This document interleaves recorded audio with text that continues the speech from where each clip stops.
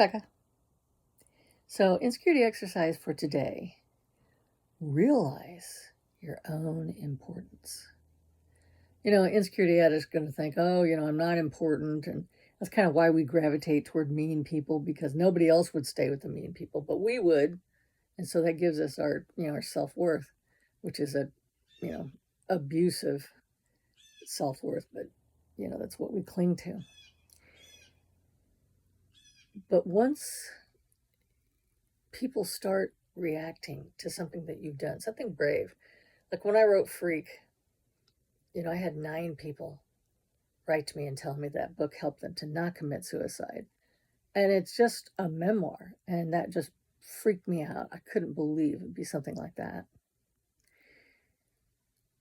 And so I made an impact on 9 people's lives to not die.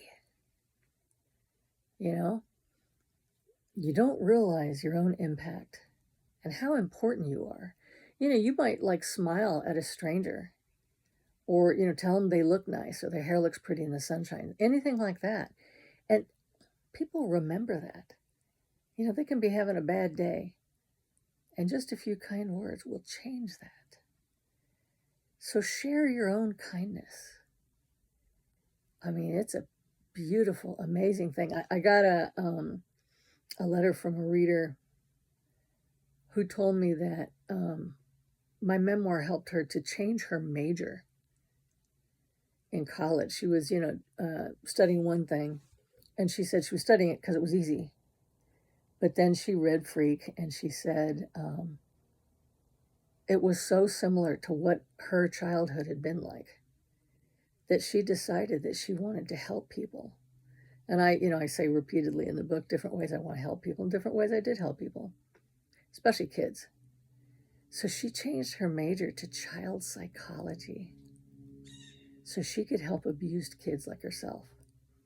It's like when I was teaching, art therapy at an abused children's home. I told the kids, I said, look, you got a manure pile of memories, nothing you can do about it. Now you can either drown in the stink, or you can turn it in compost and grow a garden. I would not be anywhere near as good a teacher to you if I didn't have an idea of what you've been through. So you guys have become my garden.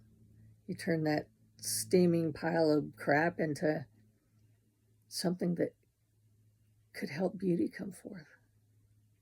And one of the girls that I taught went on to become a therapist who taught art therapy at abused children's homes. And I told her, I said, Keish, you're best case scenario for that, because nobody has been through what you've been through as a kid and survived. So, if some kids say, well, you didn't have it this bad or you didn't have it that bad, nobody can say that to you, because you had it as bad as you can possibly have had it and survived. And she went on to teach it.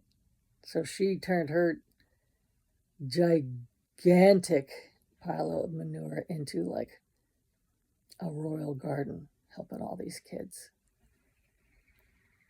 So your pain and misery and bitterness and everything from the past